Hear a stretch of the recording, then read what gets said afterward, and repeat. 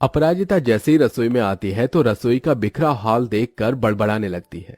उफ, ये रसोई है या कबाड़ खाना? सासू माँ जल्दी आइए। अरे क्या हो गया अपराजिता बहू, क्यों सारा घर सर पर उठा रखा है? हे भगवान, ये किचन में इतना गंद कैसे मचा हुआ है? वही तो सासू माँ, देख लीजिए देवरानी जी के राज में रसोई का हाल। स्लैब पर पूरा आटा बिखरा है, सब्जी के छिलके अलग और सिंक में जूठे बर्तनों का ढेर लगा है। मेरे वक्त में तो किचन शीशे की तरह चमकता था। अपनी बड़ी बहू अपराजिता की बातों से थककर सास सुनंदा युविका को आवाज लगाती है। युविका, युविका बहू, जल्दी से किचन में आना। आई माँ जी, उफ, ये कमर दर्द। बेचारी युविका कमर पकड़े रसोई में आती है। जी मम्मी जी, बुलाया? सास बिगड़ते हुए बोली, बहू, तू यहाँ बिखरा किचन छोड़कर कमरे में घुस गई। रसोई तो समेट देती। तू इस घर की बहू है, अपनी जिम्मेदारियां ठीक ढंग से निभाना सीख। युविका नम आंखों से सास को निहारती हुई रुहासा होकर बोली। जी मम्मी जी, अभी कर देती हूँ। सास अपनी बातें सुनाकर चली जाती है, जिसके बाद अपराजिता भी जेठानी होने का हुक्म चलाते हुए बोली, देवरानी जी, एक बात और, बाहर न साबुन का भंडारा नहीं बट रहा जो आपने साबुन पानी में गलने के लिए छोड़ दिया है, थोड़ा ध्यान रखिए। जी भाभी। अपनी जेठानी के जाते ही बेचारी युविका के मन का दुख जैसे आंसू बनकर उसकी आंखों से बहने लगता है।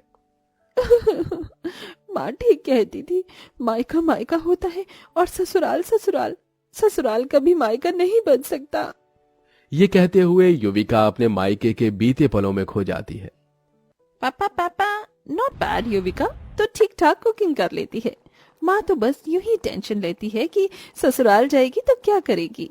युविका खुद से बातें करते हुए किचन में मैगी बना रही थी। तभी मसाला डालते हुए वो जोर जोर से खांसने लगी और छींकने लगती है।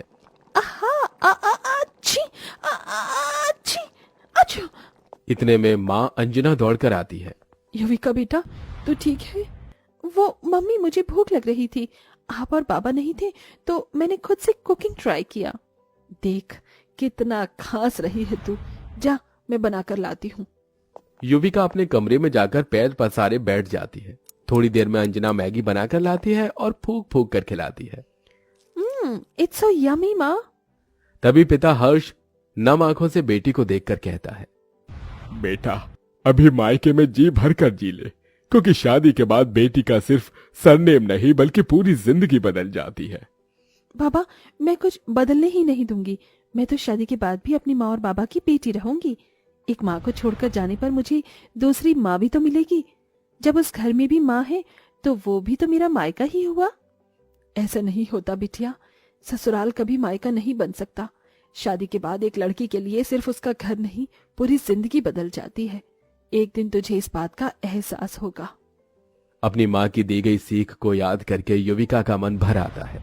वो भी लड़की की तरह ढेरों अरमान मन में सजोए कुछ महीने पहले ससुराल आई थी, जो कि भरा पूरा परिवार था। सास, ससुर, नंद, जेठ, जिठानी, उनके बच्चे, जिसमें बहू होते हुए वो सभी की जरूरत का ख्याल पूरा करने में सिमट कर रह गई। ऐसे ही वक्त गुजरता है। फिर एक दिन सुबह, युविका उठो भी, मेरी बेड टी तो लाकर दे दो। जी अभी आई। युविका किचन में आकर सबके लिए चाय नाश्ता बनाने में जुट जाती है। अरे बड़ी बहू, तुम भी जाकर छोटी बहू का रसोई में हाथ बटा दो। अजी, 4 परिवार के पराठे ही तो सेकने हैं बहू को, उसमें भी 2 जनों का क्या काम किचन में। ये सुनकर युविका को बहुत दुख लगता है।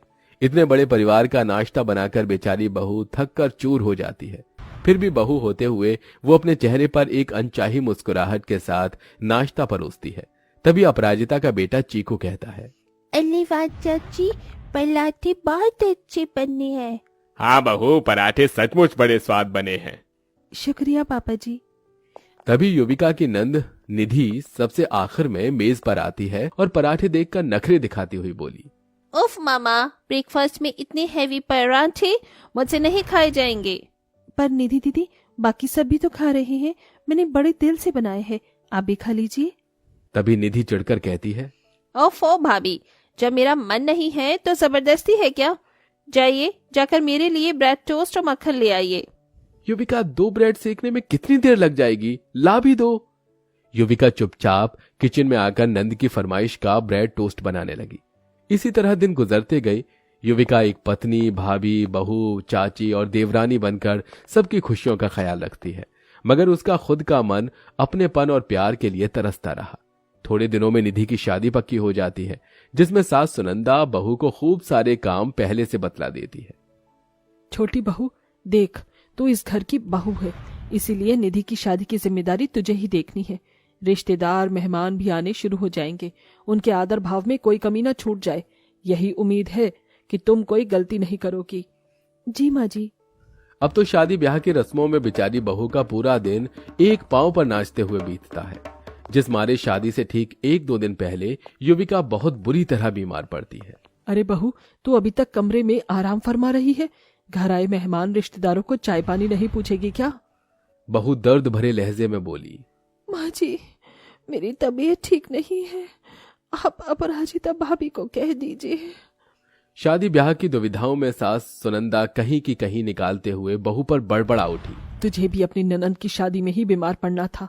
सब समझती हूँ मैं, बीमारी तो एक बहाना है। यही अगर मायके की शादी होती तो बुखार में भी काम करती, पर आई घर से आई है, आज तूने दिखा दिया। अपनी सास की ऐसी कड़वी बातें सुनकर बहू तकिए में मुंह लुकोए बिलख बिलख कर रोती है। सासू माँ ने मुझे इतनी बातें सुना दी, मगर एक बार भी मेरा हाल नहीं पूछा कि किसी ने ठीक कहा है। बहू चाहे ससुराल वालों के लिए लाख क्यों ना कुछ कर ले, जरा सी बीमार पड़ती ही उसे जताया जाता है कि ससुराल में उसका अपना कोई नहीं है। मेरे लिए ससुराल कभी मेरा मायका नहीं बन सकता। कहां तो एक लड़की की आंखों के बचपन से ही ससुराल के लिए हजारों सपने पलते हैं, मगर यह भी सच है कि 7 फेरों के साथ एक नया मोड़, नए रिश्ते, बंदिशें और बंधक सब जुड़ता है। युविका तपते बुखार में भी बहू होने का कर्तव्य निभाने लगती है। देखते ही देखते नंद की शादी का दिन भी आ जाता है, जहां एक और जेठानी अपराजिता देवरानी को काम करते देख खुद कामों से जी चुराती है, तो वहीं युविका का पूरा दिन बिखरे भेष में बीत जाता है। उसे सजने धजने का भी मौका नहीं मिलता। तभी दरवाजे से भीतर अपने माता पिता को आते देखकर उसका मन भर आता है। माँ, बाबा, कैसे हैं आप दोनों? हम ठीक है बिटिया, तू कैसी है? अपने पिता के पूछने पर अपनी तकलीफों को छुपाते हुए बहू ने कहा। मैं अच्छी हूँ बाबा, बहुत खुश भी हूँ। अंजना बेटी का मुरझाया चेहरा देखकर भावुक स्वर से बोली।